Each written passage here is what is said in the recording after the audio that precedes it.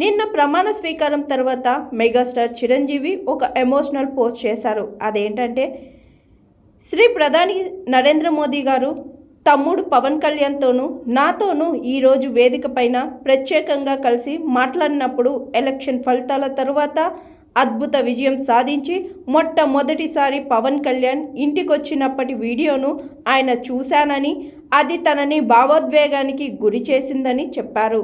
కుటుంబ సభ్యులు ప్రత్యేకించి మా అన్నదమ్ముల మధ్య ఉన్న ప్రేమానుబంధాలని పంచుకున్న ఆ దృశ్యాలు మన సంస్కృతి సాంప్రదాయాలని, కుటుంబ విలువల్ని ప్రతిబింబించాయని, ఆ క్షణాలు ప్రతి ఒక్క అన్నదమ్ములకి ఆదర్శంగా నిలుస్తాయి అనడం నన్ను ఎంతగానో ఆనందింపపరిచింది. వారి సున్నిత దృష్టికి నా కృతజ్ఞతలు.